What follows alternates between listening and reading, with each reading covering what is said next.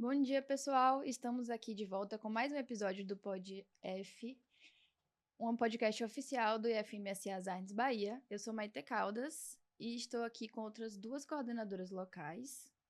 Oi, pessoal. Meu nome é Ana Júlia Machado. Oi, pessoal, eu sou Mariana Pimentel e somos coordenadoras locais do SCORA, que é o eixo de direitos sexuais e reprodutivos, incluindo HIV/AIDS. Por isso escolhemos esse tema tão importante para apresentar hoje. Então, hoje vamos entrevistar a doutora Raquel Viana, infectologista e professora da Casa das Arnes, para falar um pouquinho sobre os estigmas e a relação do HIV e da AIDS no Brasil. A senhora poderia falar um pouquinho sobre sua formação e sua trajetória na área da infectologia? Sim, então, me formei pela Escola Baiana de Medicina, né, na época que a gente tinha basicamente duas faculdades aqui na nossa cidade. Então, fiz graduação na Escola Baiana de Medicina, depois eu fui fazer residência de clínica médica, né, no Hospital Geral Roberto Santos, porque, né, eu só sabia que queria fazer algo na área clínica, não tinha ainda me despertado para a infectologia. E lá na residência, no hospital, eh, por ter uma enfermaria só de infectologia, eu acabei tendo muito contato com essa área e me encantei, não só pelo contato com os doentes, mas também pelos profissionais que lá encontrei. E fiz residência, então, depois de concluída a residência de clínica médica, eu fiz residência de infectologia na Unicamp, em Campinas. E é isso. E aí estou aqui. Isso foi mais ou menos o tempo, né, essa é um resumo da minha formação, como infectologista. E hoje a senhora trabalha só com consultório, faz pesquisa, algo do tipo? Então, hoje, além de dar aula, né, aqui nas Arnes, de infectologia, eu faço consultório e trabalho também num serviço municipal de atendimento especializado em HIV/AIDS. O que é que a senhora tem para falar um pouquinho, para dar uma contextualizada para o pessoal de casa? Então, em primeiro lugar, eu gostaria de cumprimentar cada uma de vocês e quem estiver nos assistindo, e agradecer pelo convite, né, para falar de um tema tão relevante, em nosso meio, né, não só local, como nacionalmente e internacionalmente. A gente vive num contexto de uma epidemia pelo HIV desde a década de 80, né? E mesmo com 40 anos depois, né, da descoberta do vírus, da descoberta da infecção, dos meios de transmissão, medidas de prevenção e tantos avanços com relação ao tratamento, a gente ainda vive situações de bastante estigmatização, não só dos pacientes, né, em relação ao seu diagnóstico, né, com relação ao diagnóstico, com questões relacionadas a formas de transmissão que ficaram tão arraigadas, né, no início da pandemia. Então, eu acho que é um tema bastante relevante, de importância ainda hoje, bastante atual, apesar de tanto tempo de conhecimento de descoberta do vírus. Eu acho que muito desse estigma vem da falta de conhecimento das pessoas de saber qual a diferença entre o HIV e a AIDS. A senhora podia explicar um pouquinho para o pessoal de casa sobre isso? Sim, sim. Então, justamente,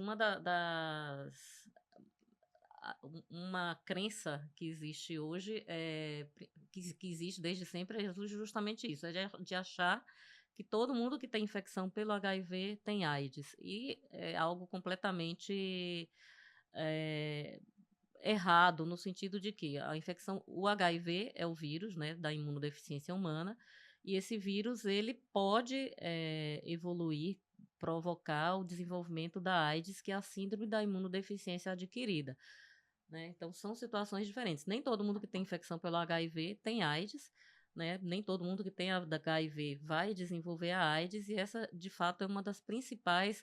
eh, uma das principais situações que levam justamente a esse estigma, até porque quando a infecção foi descoberta, quando surgiram os primeiros casos da infecção na década de 80, eram justamente com pacientes com imunodeficiência, né? Que tinham manifestações clínicas relacionadas à AIDS. O vírus foi descoberto depois.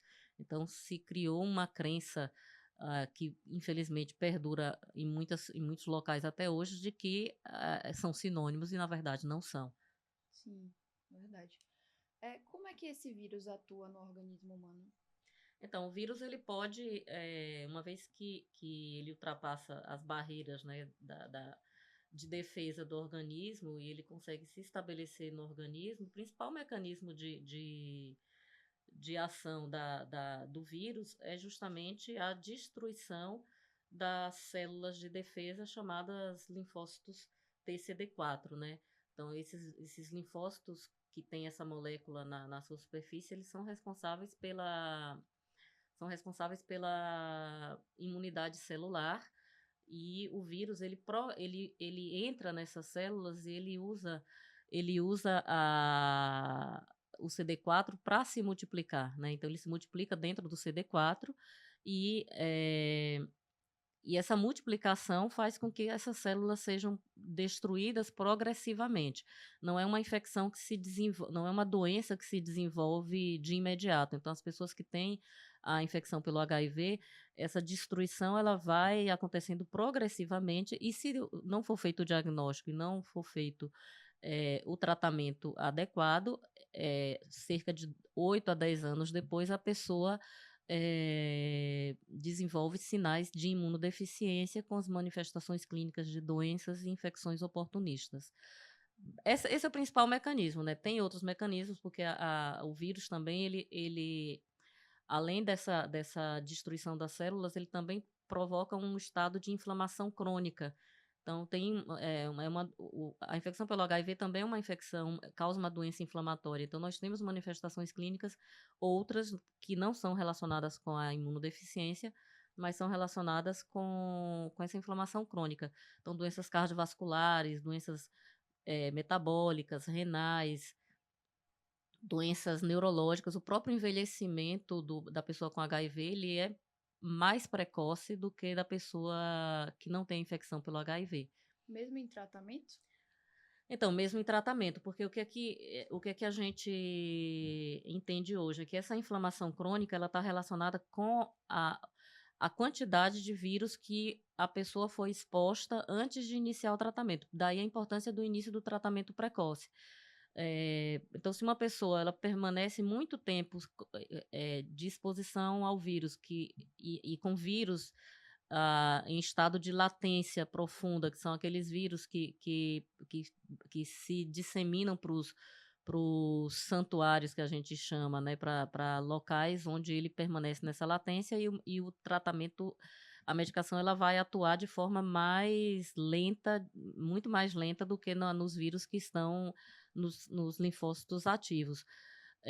Então, essas manifestações, elas podem acontecer mesmo em pessoas em tratamento. Lógico que quanto mais tempo essa pessoa tiver em uso das medicações e quanto mais precocemente essa pessoa iniciar o tratamento, daí a importância do diagnóstico precoce, menos vírus em estado de latência vão permanecer no organismo, e essa inflamação crônica ela também vai diminuindo progressivamente, mas ainda é algo que permanece. Entendi. Hoje, nas últimas décadas, quais foram os maiores avanços em relação ao diagnóstico e o tratamento do HIV? A gente teve bastante avanço, né? A década de 80 foi a década de 80 foi uma grande, foi o momento de maiores descobertas de corrida, né? Porque as pessoas que adoeciam eram pessoas que estavam na flor da idade, digamos assim. Normalmente eram pessoas jovens, justamente chamou a atenção porque começaram a apresentar doenças que não eram comuns em adultos jovens, como sarcoma de Kaposi, né, que é uma neoplasia que normalmente ela acontece em pessoas mais idosas, ou então a pneumocistose, né? pneumocistose, que é uma infecção que acontece em pessoas com imunodeficiência. Então, lá no início da década de 80, chamou a atenção que essas doenças estavam acontecendo em pessoas jovens que não tinham nenhuma doença prévia, nenhuma imunodeficiência conhecida. Então, começou-se uma corrida na tentativa de descobrir o agente etiológico, de descobrir, de desenvolver métodos de diagnóstico e de tratamento, porque as pessoas que adoeciam praticamente era praticamente uma sentença de morte. Então, em 1996, finalmente se chegou a uma grande revolução no tratamento da infecção pelo HIV, que foi o desenvolvimento da terapia antirretroviral altamente efetiva. Se viu que com uma droga somente a infecção não era controlada. Depois tentou-se associar 2 drogas, também não conseguia se controlar a infecção de forma adequada. E, finalmente, ali em 1996, se chegou à descoberta de que a combinação de 3 drogas, agindo em sítios diferentes do mecanismo de ação do vírus no linfócito, se chegava finalmente ao controle da infecção.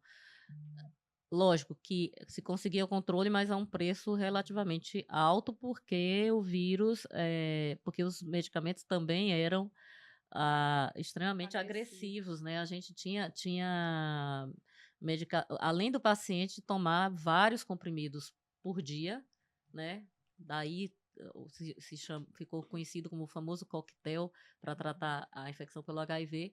Então, tinha pacientes que tomavam 10 comprimidos, 12 comprimidos por dia. Alguns medicamentos precisavam ser conservados em geladeira. Aí já entramos na questão da estigmatização, né? Então, a pessoa já tinha dificuldade de aderir ao tratamento, porque era um tratamento que ele não conseguia ocultar, esconder das pessoas. A pessoa para de viajar, para de sair, de passar o final de semana fora com a família, porque ele tem que levar uma medicação que não é insulina, então o que é? Tinha que dar satisfação para as pessoas do que estava levando. Além do sintoma dos efeitos colaterais, muita diarreia, vários medicamentos. E nas últimas décadas, então, com relação ao tratamento, o tratamento evoluiu bastante. Hoje a gente consegue ter um controle eficaz da infecção com 2 comprimidos diários, dose única diária, né? Então, a adesão melhorou bastante em termos de número de comprimidos, em termos de tolerância. Então, são medicamentos com muito menos efeitos colaterais do que a gente tinha há quase 30 anos, quando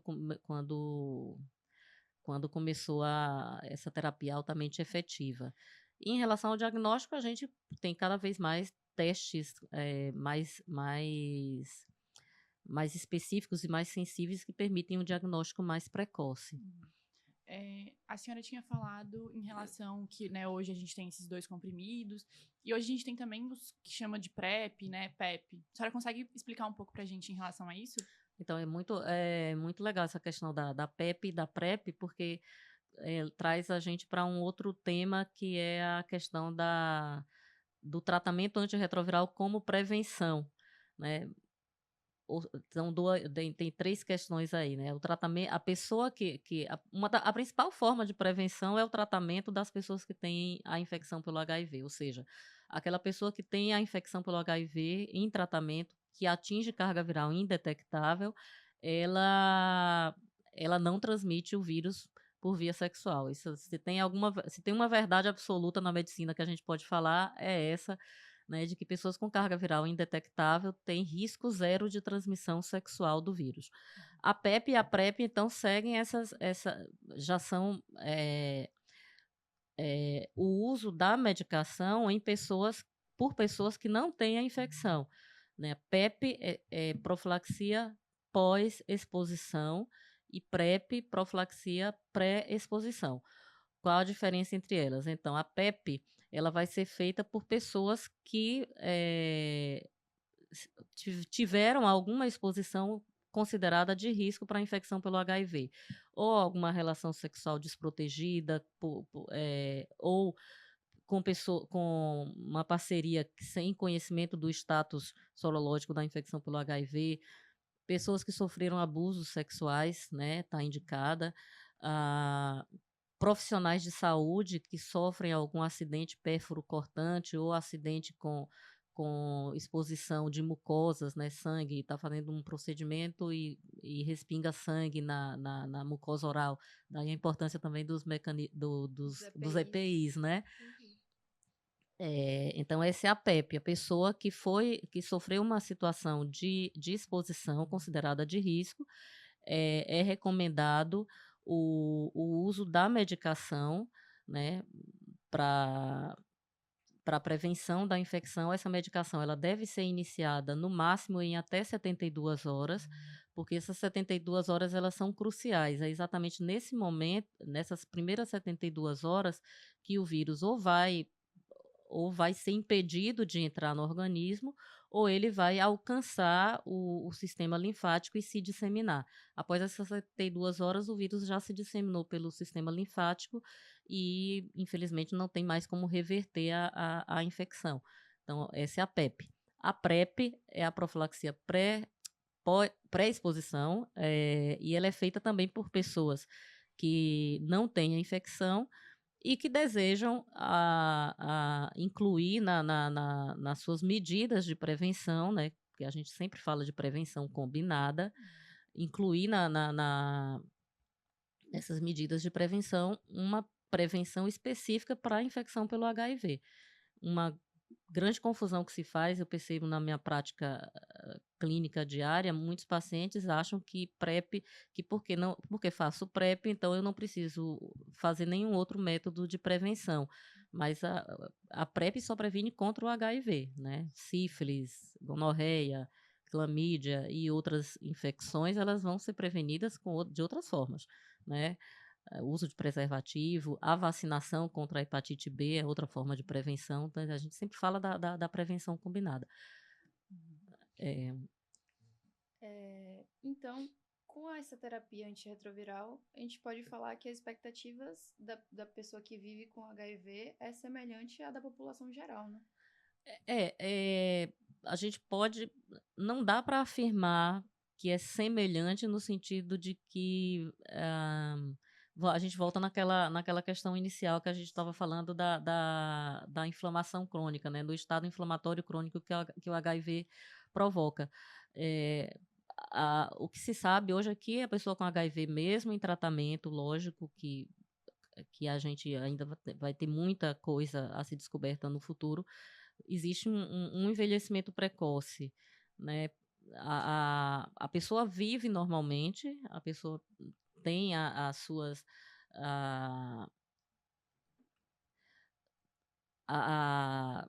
sua vida normal, porém, esse envelhecimento precoce, a gente chega a considerar que pessoas com HIV, elas devem ser vistas como tendo fisiologicamente 10 anos a mais do que a sua idade cronológica, né? Então, eu não dá para dizer que tem uma expectativa de vida igual à de uma pessoa sem HIV, né? Até porque, lógico, tem todas essas outras questões, mas a gente sempre olha para o paciente com HIV com essa idade fisiológica 10 anos mais velha. Então, eu vou pensar em doenças cardiovasculares, doenças metabólicas, neoplasias no paciente com HIV, que eu esperaria num paciente mais velho. Nesse paciente, eu vou olhar para ele, por exemplo, 50 anos, ele já é considerado idoso, se a gente pensar sob essa perspectiva. Por outro lado, a gente não só a gente estimula, mas as próprias pessoas com a infecção, o que eu percebo também no dia a dia, é que muitas pessoas melhoram muito o estilo de vida, né? Então, estar diante de uma infecção que foi tão relacionada a uma baixa expectativa de vida e a morte precoce faz com que essas pessoas passem a adotar estilos de vida mais saudáveis, né, com atividade física, alimentação saudável, parem de fumar, com relação ao uso de drogas. Então, isso também acaba equilibrando esses outros aspectos da própria infecção. Muito da estigmatização que tem do HIV vem lá da história também, né? De 1980. Exato. De como foi visto as pessoas que contraíam o vírus, né? Que eram geralmente população homossexual e marginalizada, né, da sociedade. Acho que isso atrasou, inclusive, muito as pesquisas, né, para tratamento e diagnóstico dessa doença. Olha, não digo que tenha atrasado tanto pesquisas para diagnóstico e tratamento, mas a questão da origem do estigma, sim, né?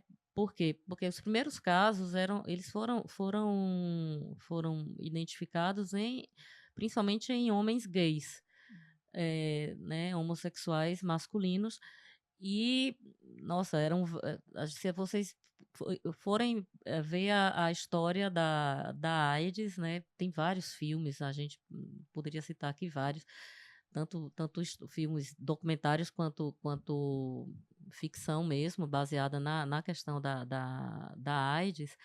E o principal estigma foi exatamente esse, foi achar que a infecção estava relacionada a um estilo de vida, a uma opção sexual, né? Então, teve momentos que a infecção foi chamada de peste gay, só para você ver o nível do estigma naquela ocasião, ali na década de 80, né? Então, ficou muito marcado isso e, infelizmente, até hoje, muita gente relaciona, pensando em pessoas que não têm a infecção, mas também muitos pacientes chegam para nós achando que o HIV é uma infecção de pessoas promíscuas, né? Se associou muito à promiscuidade sexual, né? A um tipo de relação sexual, quando, na verdade, o principal fator de risco de transmissão sexual para HIV é ter atividade sexual, vida sexual ativa, seja homem, seja mulher, cis, trans, né, casado, solteiro ou não, não é um estilo de vida, uma opção sexual que faz que faz com que a pessoa tenha o risco aumentado de ter infecção pelo HIV, né? Mas esse é um estigma que, infelizmente, se carrega muito hoje, né? Muitas vezes se olha para uma pessoa com HIV e diz, tá vendo? Até como a senhora falou, que tem outros meios de transmissão, né? De profissionais de saúde, com materiais perfurocortantes, entre outros milhares de meios. E dentre esses mitos, assim, de transmissão, eles ainda atrapalham muito, né, o entendimento da doença para as pessoas. Inclusive, muita gente acha que pode ser transmitido pelo beijo, pelo abraço, pelo contato com objetos que a pessoa usa. Exato. Os principais meios de transmissão do HIV: transmissão sexual, porque ele está presente, ele é eliminado nas secreções, a transmissão sanguínea, né, parenteral, e a transmissão vertical, que é a transmissão de mãe para filho, principalmente no momento do parto. Ela é o momento de maior risco de transmissão da mãe para o bebê. Então, veja, não é só uma transmissão sexual, pode ser por exposição a sangue, né? Lá na década de 80, depois foram surgindo casos em pessoas hemofílicas, né? Isso fez com que, ali no final da década de 80, início da década de 90, os bancos de sangue passassem a realizar testes de triagem da infecção pelo HIV, e isso praticamente eliminou a transmissão do vírus por essa via. Então, pessoas usuárias de drogas injetáveis. A transmissão também pode acontecer através de transplante de órgãos. A gente teve no ano passado aquela situação de pessoas que receberam órgãos e pessoas que receberam órgãos e adquiriram a infecção pelo HIV porque houve um erro no processo de triagem desses doadores. Então, essas pessoas foram infectadas. A transmissão, como você falou, a transmissão por acidente de trabalho, né, pérfuro cortante, e a transmissão que para mim, uma das coisas mais delicadas é a transmissão materno fetal, a transmissão vertical, que é quando uma mãe com a infecção que não faz tratamento e que não apresenta o controle da infecção no momento do parto, ela pode transmitir o vírus para a criança, né? Também já a gente tem protocolos muito bem consolidados de prevenção dessa transmissão. Então, mesmo que a criança seja exposta durante a gravidez, mesmo que haja essa exposição durante a gravidez, ela ainda pode receber tratamento preventivo no primeiro mês de vida e todo um acompanhamento para evitar que essa criança adquira a infecção.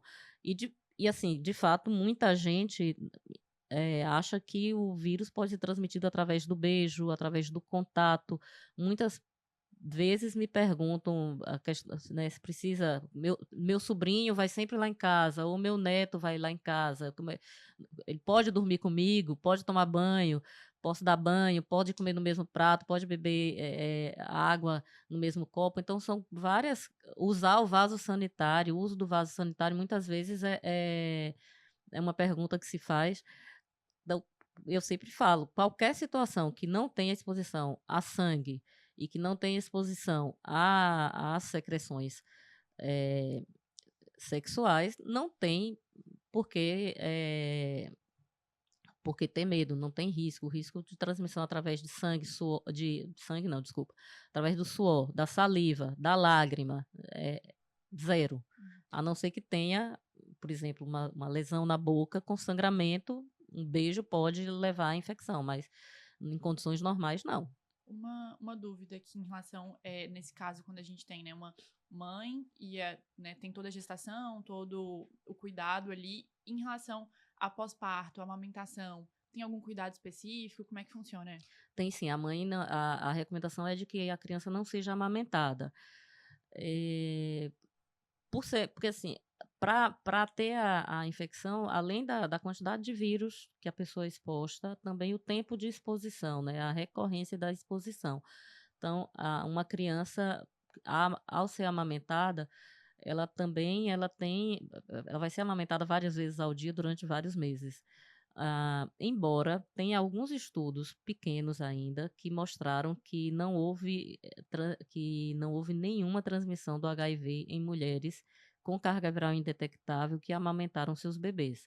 Mas são estudos pequenos que ainda não dá para a gente expandir para a população geral e dizer, como no caso da transmissão sexual, que a gente tem certeza, carga viral indetectável, zero de transmissão. Para os bebês, a gente ainda não tem como fazer essa afirmação.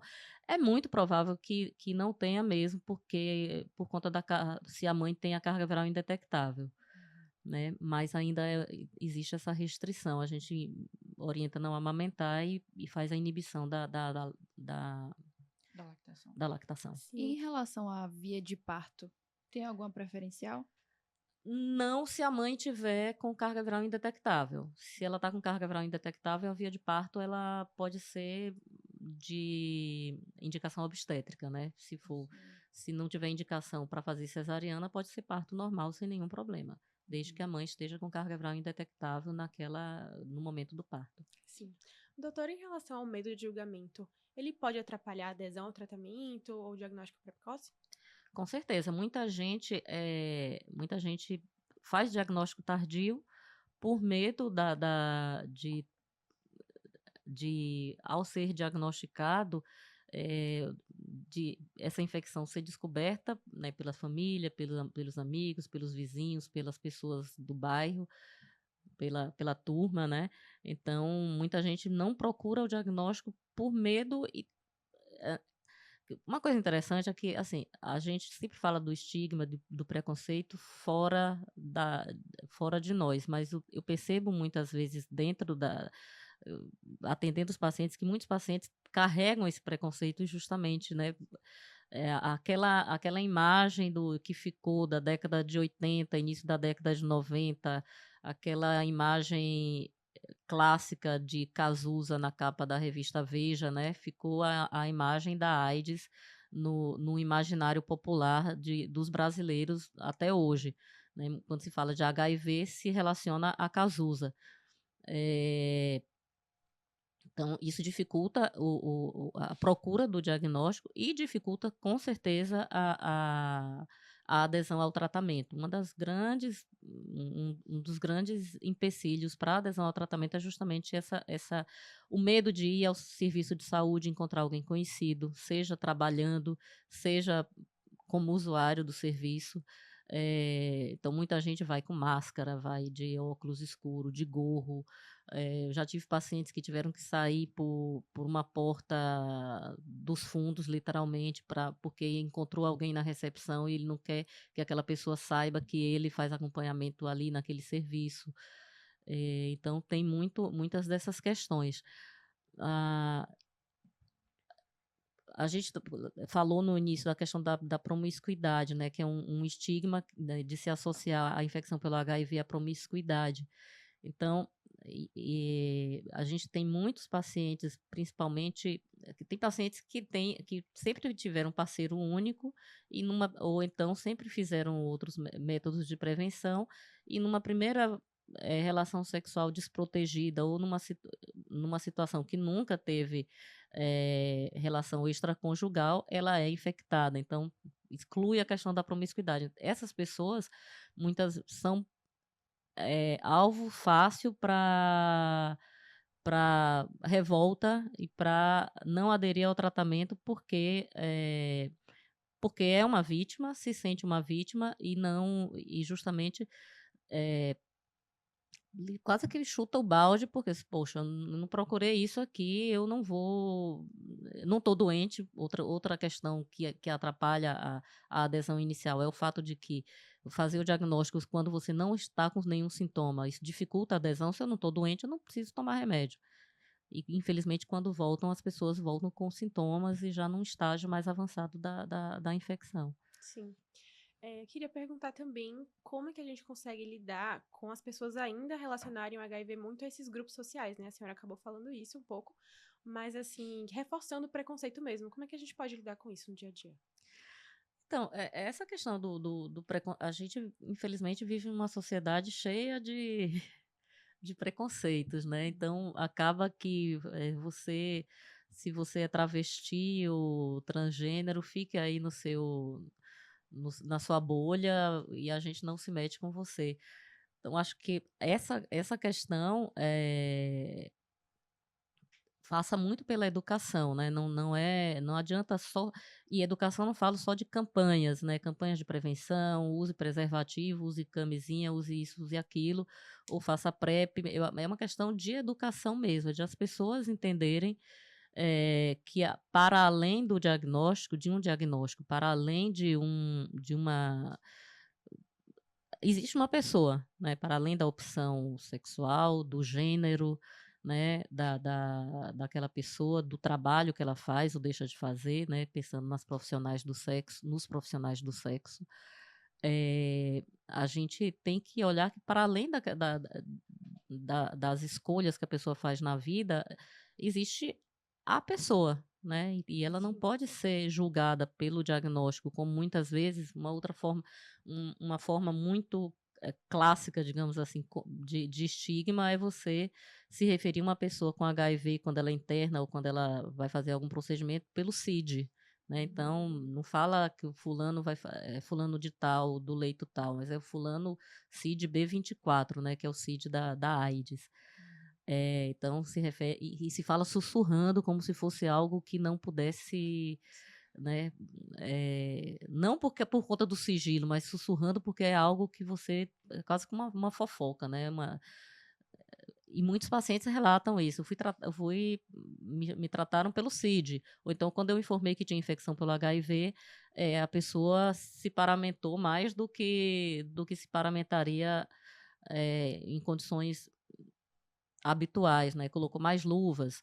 Ou então, ontem eu conversava com uma técnica de enfermagem que trabalha lá no posto, e ela falava isso. Quando ela disse que ia trabalhar lá no posto, né? Que é um serviço de atenção especializada, perguntaram para você, olha, cuidado, você vai trabalhar com pessoas com HIV, né? Então, você tome cuidado para na hora que for fazer algum procedimento. Então,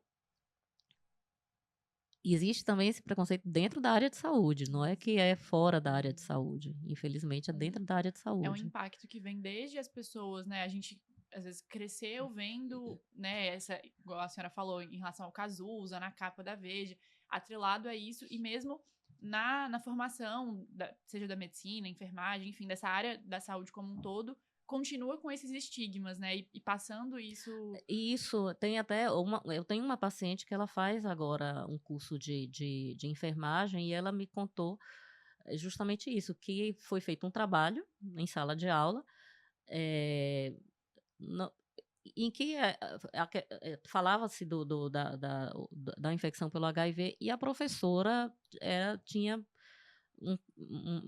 pensamentos e opiniões extremamente ainda arraigadas nessas questões da década de 80, início da década de 90. Então, na sala de aula, a aluna estava ensinando para a professora sobre preconceito, sobre estigma, sobre várias coisas que a professora não queria abrir mão. Que ainda tem isso. Por isso que eu falo que a questão da educação é muito importante, porque muitos dos nossos preconceitos a gente não quer abrir mão deles. A gente quer defendê-los e você fale o que você quiser, eu não vou abrir mão deles. As pessoas continuam se referindo, outro estigma na área de saúde, né?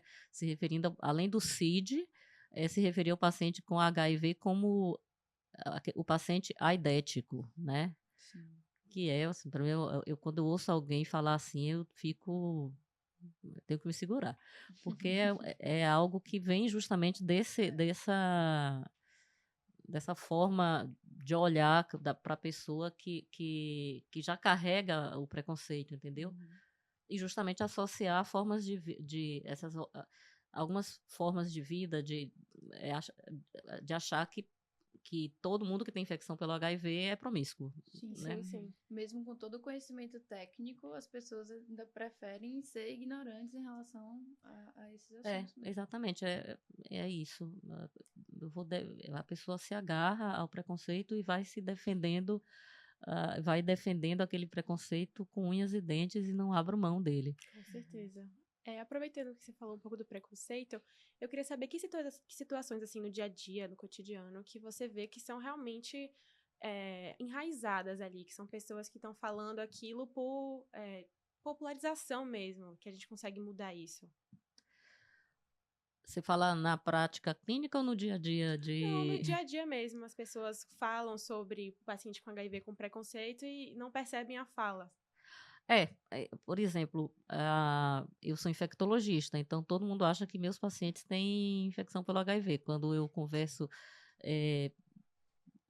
falo alguma situação de atendimento, lógico, sem citar nomes nem nada, mas quando eu falo de alguma situação de atendimento, sempre. Ou então quando eu recebo um presente, vamos lá, mais simples, né? Eu recebo um presente de um paciente e vou falar para alguém do meu convívio, e a pessoa imediatamente acha que esse paciente que me deu um presente tem infecção pelo HIV, né? Porque eu sou infectologista, então o infectologista trata Só AIDS, apenas isso. apenas isso, né? Essa é uma das situações que eu vejo algumas vezes, né? É, é isso. Se você achar que pessoas de fora que acham que por você estar trabalhando com pessoas com HIV, tem que se proteger mais, tem que se paramentar mais, tem que tomar mais cuidado, não pode abraçar, não pode isso, não pode aquilo. E assim, sinceramente, eu pessoalmente nunca tive, desde o meu primeiro contato ali com pessoas com HIV, e meu primeiro, assim, eu tive meu primeiro contato, eu ainda estava no colegial, na minha época era colegial, para vocês fizeram o ensino médio, mas no colegial que a gente fez um trabalho sobre HIV e uma das minhas colegas, ela tinha uma tia enfermeira que trabalhava no Hospital Roberto Santos, e no Roberto Santos tinha uma enfermaria de infectologia, onde basicamente se internavam pacientes com AIDS. Então, a gente foi lá, e foi o meu primeiro contato, e praticamente quase 10 anos depois, eu volto nessa enfermaria, já na residência de clínica médica, e foi no contato com essas pessoas, né, nesse ambiente, que eu decidi fazer infectologia. Né? Então, para mim, nunca vi o paciente com HIV/AIDS com medo, nunca tive medo, nunca tive receio de estar com eles, né? Então, assim, mas isso é uma questão minha, né? Sei lá, não tive que ultrapassar essa barreira. Eu sei, por exemplo, eu conheço colegas que não gostam de trabalhar com infecção com HIV, porque associam justamente o HIV existe uma certa, tem a questão da homofobia, né? Então, o preconceito com relação à infecção pelo HIV está relacionado também a questões de homofobia, de racismo, né, questão de gênero, né, então muitas pessoas que sofrem estigmatização, sofrem preconceito, não só pela questão do diagnóstico, mas também relacionados com a questão com essas outras questões, né, de homofobia, de racismo, de gênero, né? Esqueci a palavra. E eu acho que muito disso tudo tem, como a gente falou aqui, né, com relação à educação, à informação, ter acesso à informação, então entender que não é promiscuidade, que às vezes perfuro cortante, então não só um profissional da saúde, mas a gente fala também, né, ver situações até de lixo, jogar lixo de forma inadequada, então, né, o pessoal da coleta de lixo, tudo isso, não só a promiscuidade, não só, né, aquela pessoa afastada, uma pessoa às vezes conhecida pode, né, ter o HIV e a gente não sabe. Isso, e o fato, ao mesmo tempo que na década de 80, início de 90, a pessoa com HIV, a gente poderia dizer que tinha uma cara, né, ele podia ter nas suas feições, no seu corpo, estigmas, né, da infecção. Hoje não. Hoje a gente pode estar com alguém do nosso lado e essa pessoa, e tudo bem, né? Não é que eu preciso saber que essa pessoa precisa dizer que tem infecção pelo HIV para todo mundo, porque não precisa, né? Uma pessoa que é diabética não precisa anunciar, eu sou diabética, para todo mundo com quem se relaciona, e a pessoa com hipertensão da mesma forma, e tudo bem. Mas, por outro lado, também isso reforça a questão da prevenção quando você se coloca em situações de risco. Evidentemente que quanto mais relações sexuais desprotegidas uma pessoa tiver com parcerias sexuais diferentes, essa pessoa tem mais risco do que alguém que tem parceria única, ou que faz uso de preservativo. O risco é menor nessas pessoas que se protegem mais. Porém, não necessariamente significa, eu não vou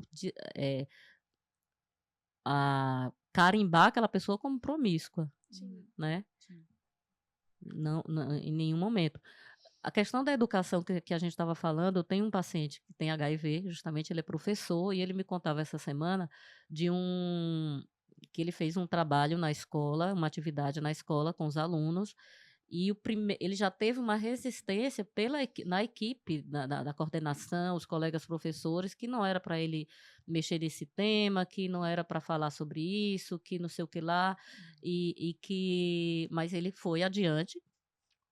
E a segunda coisa que impactou a ele e impactou a mim foi que a maioria dos alunos desconhecia a questão de transmissão, não só do HIV, mas de sífilis, né, as formas de prevenção, e como se pega isso, como se pega aquilo. E assim, não eram alunos de 10, 11, 12, 13 anos, não. Eram alunos de 17, 18, 19 anos.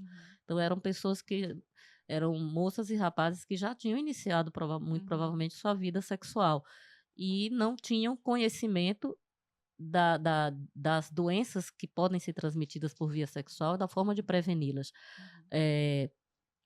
Isso fala muito da falta de educação sexual, né? Que Exatamente. precisa ter nas escolas. Com certeza. E que é algo essencial e que é negligenciado. Exato. Então, veja, quando ele apresentou para a coordenação, para os colegas professores que ia fazer isso, ele teve resistência para começar para fazer essa atividade com os alunos, por quê? Porque se acha que tem uma crença disseminada de que a educação sexual nas escolas é ensinar a criança a ter relação. relação, Exato. E até vacina para HPV também, né? Estão vacinando as crianças com 12 anos, significa que crianças estão autorizadas a iniciar a vida sexual porque vocês já estão vacinadas contra o HPV. E isso são coisas absurdas, né? Atrapalha muito, né? Porque aí eu conto outra paciente, a mãe protegeu tanto essa menina, essa moça protegeu tanto que ela adquiriu a infecção com pessoas que ela trouxe para dentro de casa enquanto a mãe estava trabalhando. Então,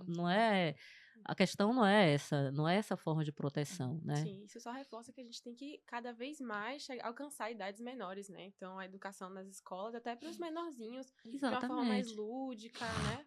Aprender brincando. Até para evitar, Justamente. inclusive, questões de abuso sexual e entre muitas outras Exato, coisas. Né? Exatamente. É algo muito importante. Com certeza. Doutora, a senhora pode contar pra gente uma história que marcou muito você? Bom, tem várias, mas uma que me marcou, estava até pensando essa semana me preparando de certa forma para esse momento, me lembra justamente quando eu comecei a residência de infectologia residência de clínica médica, desculpa, lá no Roberto Santos, me impactou. E eu acho que talvez isso tenha mudado justamente o meu olhar para as pessoas com HIV e para o nosso entorno, que foi um belo dia entrando na enfermaria para fazer para fazer a visita dos pacientes. Eu me deparei com uma mulher extremamente emagrecida, muito emagrecida, e que eu não reconheci, não porque eu não lembrasse, porque vocês sabem que eu tenho uma boa memória, né? Não que eu não lembrasse dela, mas é porque ela estava realmente irreconhecível. E ela me reconheceu, falou comigo e se identificou. Ela era uma funcionária da faculdade, com quem eu tinha tido convívio durante os 6 anos da minha graduação.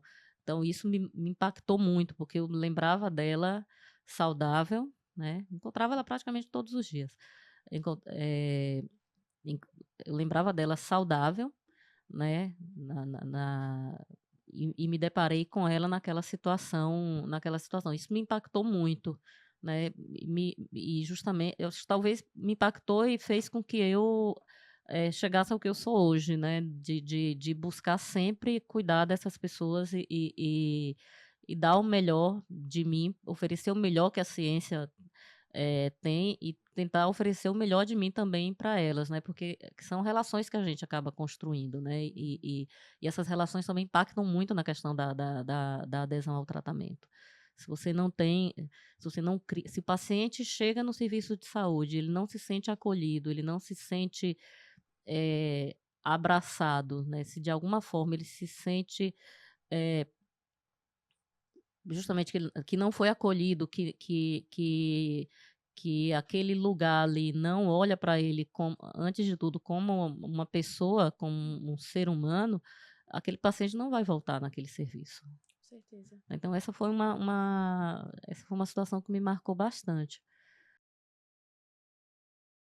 E é uma coisa que a gente vê muito na faculdade, né? Essa questão do atendimento humanizado e como que isso pode realmente, né, impactar. Então, nesse exemplo que a senhora deu mesmo, e esse impacto é em diversos, né, pacientes, assim. Como é que a senhora acha que isso tem essa relação, assim, dessa questão que a gente vê mesmo de humanização do atendimento, né? De não só um diagnóstico. Muitas vezes, exato, porque a gente, como a ciência ela é vista como por ser ciência, né?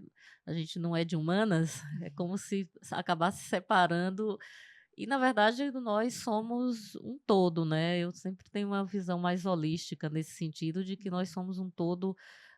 Nós, enquanto pessoas, o nosso organismo, corpo, mente e alma, né? Eu gosto muito de olhar para a pessoa, levando em consideração todos esses aspectos, e a gente está em relação uns com os outros, e a gente está em relação com tudo. E muitas vezes existe essa separação, mas essa separação eu acho que deve ser uma separação apenas didática, né? Quem estuda humanas deve levar em consideração também as influências biológicas da, da, das questões humanas, e nós também devemos levar em consideração que nós estamos, antes de tudo, diante de uma pessoa. É uma pessoa que adoece. Eu não estou tratando um vírus, eu estou tratando uma pessoa que tem uma infecção por um vírus que age dessa maneira. E se essa pessoa não se sentir olhada, acolhida, dentro da sua totalidade, essa pessoa ela tem uma chance de aderir menos ao tratamento, né, de não voltar. Isso vale para doenças cardiovasculares, isso vale para uma pessoa, principalmente nessas especialidades e nas doenças, né, que são condições crônicas, né, que você precisa. Mas muitas vezes, por exemplo, no ambulatório, muitas vezes vocês atendem um paciente uma vez e não vão atendê-los mais, né? E eu vejo várias vezes os pacientes agradecendo pelo atendimento que tiveram, né? Pelos alunos, né? Pela atenção que receberam. Então, acho que isso que a gente tem, que às vezes o dia a dia, a correria, as exigências da vida adulta acabam quase que endurecendo a gente, mas a gente tem sempre que estar buscando quebrar essas camadas de gelo que muitas vezes podem se formar e deixar a gente mais distante, olhando de forma automática para o paciente, para na nossa especialidade. Então, acho que esse é um cuidado que nós temos que ter continuamente, né? Além da educação continuada, de formação que a gente tem que estar estudando sempre, mas também como pessoa. Sim.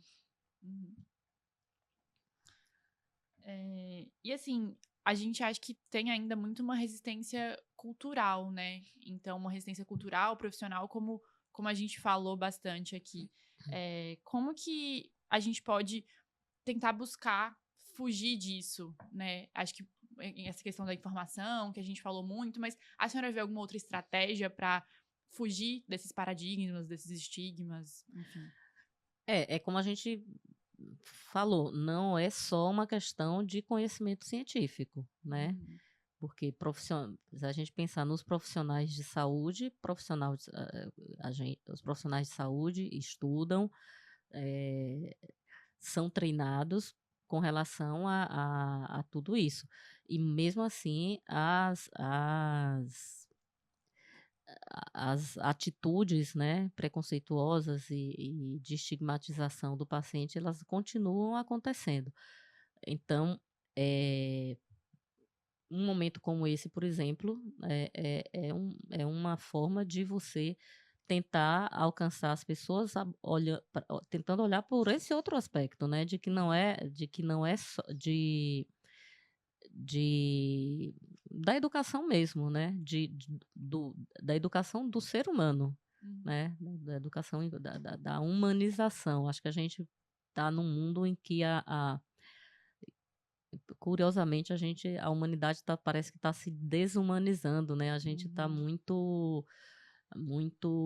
radical, fundamentalista, extremista, né? Se você não é de um lado, você automaticamente é taxado como sendo do outro.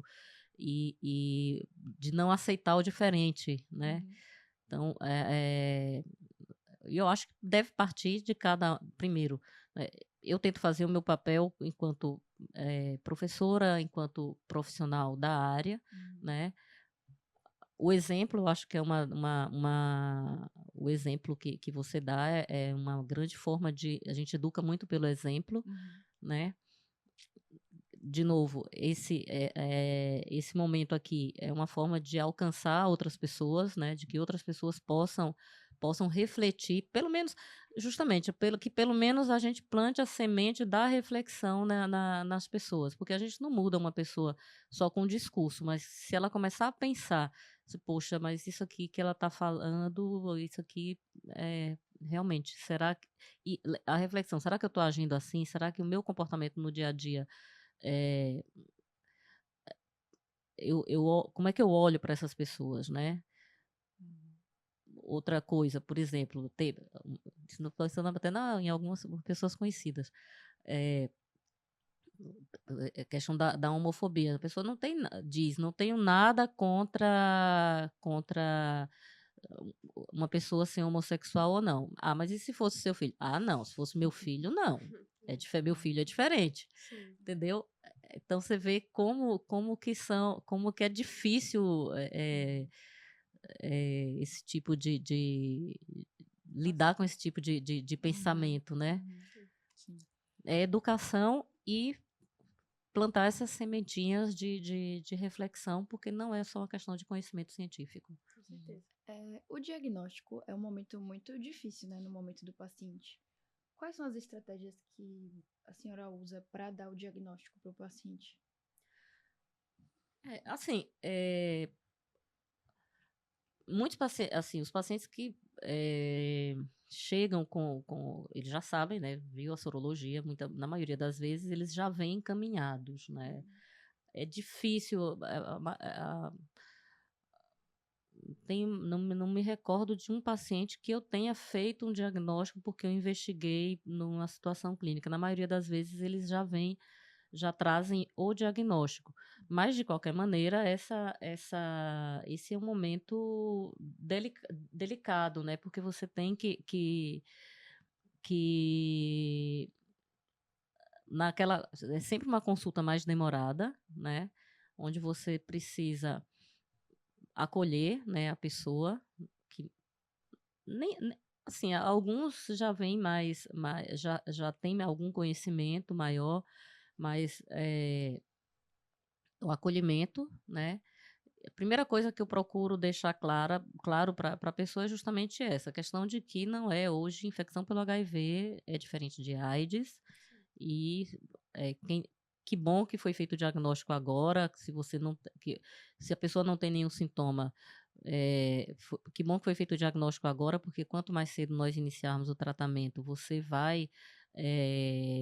não vai adoecer, ou então se a pessoa já chega doente, tudo bem, você está doente, mas que bom que a gente já vai iniciar o tratamento e a gente vai reverter essa situação com calma. Então, a primeira coisa é acolher a pessoa e ajudá-la a entender que não é uma sentença de morte. A segunda coisa, pelo menos na unidade de saúde que eu trabalho, a gente tem acompanhamento psicológico e a gente tem de fato, um acompanhamento multidisciplinar. Então, na maioria das vezes, o paciente, quando chega para mim, ele já passou com o psicólogo ou já foi atendido pela assistente social, já tem uma certa já foi ali mais ou menos um pouco preparado, né? Mas é isso. Primeira coisa, acolher, a pessoa entender que não é uma sentença de morte, e que, assim, que a vida segue. Essa parte de comunicação, ela é realmente muito importante, né? Quando a gente está ali diante de um diagnóstico. Eu já me deparei com uma situação de atendimento que eu tive que diagnosticar um HPV e a paciente virar para mim e começar a chorar, perguntando se ela tinha AIDS. Então, para você ver que às vezes a gente tem que falar o básico, né? Precisa ser dito. Explicar Exatamente. o que é a doença, antes de tudo, né? Explicar como vai ser a vida da pessoa daqui para diante e o que ela precisa fazer para ficar bem. Suporte psicológico. Exatamente. Eu sempre digo que que mesmo que a pessoa diga, não precisa, você olha, você pode não precisar agora, mas muitas questões vão aparecer. Sim. Outra coisa que eu faço sempre uso sempre a imagem, né, do livro da vida. Você tem que, é um novo capítulo da sua vida que está começando agora. O que aconteceu no capítulo anterior até aquele momento, o que aconteceu, vira a página, vamos virar a página. Muita gente fica ali remoendo, arrastando correntes, tentando, meu Deus, mas como foi que eu adquiri essa infecção? Isso não vai mudar nada. Não vai mudar nada. Então, vamos virar essa página. O importante é o que você vai fazer da sua vida daqui para frente. É como vai ser daqui para frente. Como foi? Esqueça a pessoa, ou não fique guardando mágoas ou tentando descobrir com quem foi, entendeu? Porque isso não traz absolutamente, não acrescenta nada de positivo não traz nenhum benefício para a pessoa. Então, essa também é a gente está começando um novo processo. A gente vai caminhar juntos a partir de agora e eu tenho as minhas atribuições, você também vai precisar seguir alguns passos, tem coisas que só dependem de você, não depende de mim, né? Então, a gente fazer esse acordo, esse contrato entre Médico-paciente, né? médico-paciente, exatamente. Como a senhora imagina o futuro do HIV no Brasil? Em relação a como superar os estigmas, a gente já falou um pouco, mas em relação a pesquisas e inovações. Será que a gente está avançando, né? O Brasil, assim, o Brasil sempre foi destaque internacionalmente com relação à infecção pelo HIV. Quando lá em 96 a gente teve a grande revolução do tratamento, o SUS, né, o Brasil incorporou no SUS o tratamento da infecção pelo HIV gratuitamente para todas as pessoas, né? Eu sempre brinco, seja rico ou seja pobre, o tratamento do HIV, da tuberculose, da hanseníase é pelo SUS. Então, são situações que a gente... então, desde 1996, o tratamento da infecção pelo HIV ele foi incorporado no SUS e ele é disponibilizado gratuitamente para todo mundo, sem distinção, certo? Essa é a primeira coisa. Então, assim, sempre que surgem novas medicações, a gente tem um programa, felizmente nós temos um programa bastante eficiente, eficaz, né? Sempre que surgem novas medicações para o tratamento da infecção pelo HIV, a gente está sempre procurando incorporar essas medicações que são comprovadamente melhores, que vão trazer benefícios para os nossos pacientes. Então, as quebras de patentes do tratamento, o modelo de tratamento do HIV no Brasil, ele é exemplo para o mundo todo, né? Vários países têm o nosso modelo o nosso modelo como exemplo, né? O modelo a seguir. Então,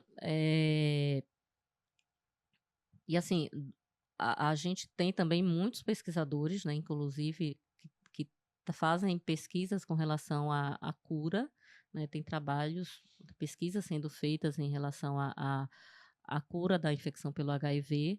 Então, eu vejo, assim, do ponto de vista científico, de tratamento e cuidado da pessoa com HIV e pesquisas no sentido de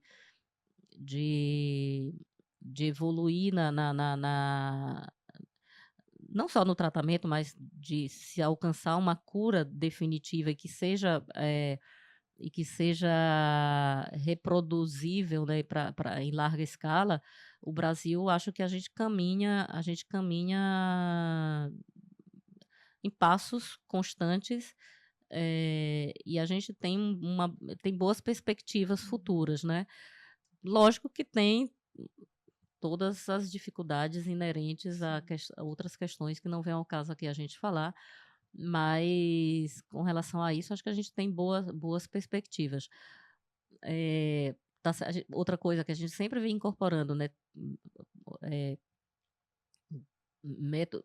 Métodos de diagnósticos de co-infecções, por exemplo, HIV, tuberculose. Então, tudo de novo que aparece, a gente, lógico, não eu somente, mas falando do Ministério da Saúde, o Departamento de HIV e tudo mais, o Brasil nesse setor, eu vejo positivamente, né? Eu acho que tem boas perspectivas não só no tratamento, mas nos cuidados gerais com as pessoas com HIV. Muito bom ouvir isso, né? Essa preocupação e essa evolução em relação à ciência mesmo. A gente está chegando ao fim do pod. Oh, que pena. A senhora teria alguma mensagem final para deixar para o pessoal em relação ao tema? É isso, acho que o que a gente falou durante a nossa conversa é que as pessoas, que a gente possa refletir, sempre ter esse olhar para si mesmo, porque a partir do momento que eu olho para mim mesmo e conheço o meu modo de pensar, o meu modo de agir, as minhas escolhas, eu sou capaz cada vez mais de identificar os meus próprios preconceitos, as minhas próprias atitudes que muitas vezes podem carregar essas estigmatizações, né, com relação a outra pessoa. De novo, não adianta a gente se enriquecer do ponto de vista de conhecimento técnico e científico se a gente permite que esse conhecimento técnico e científico forme uma camada de gelo em torno do nosso coração, né? Porque falando poeticamente, é o centro da nossa, dos nossos sentimentos, né? Da nossa alma. Então, a gente tem que sempre reservar lugar para tudo, né? Cuidar do conhecimento científico, cuidar do crescimento técnico, mas nunca descuidar de nós enquanto pessoas, enquanto seres humanos. Porque se nós cuidamos de nós como pessoas, como seres humanos, dando espaço para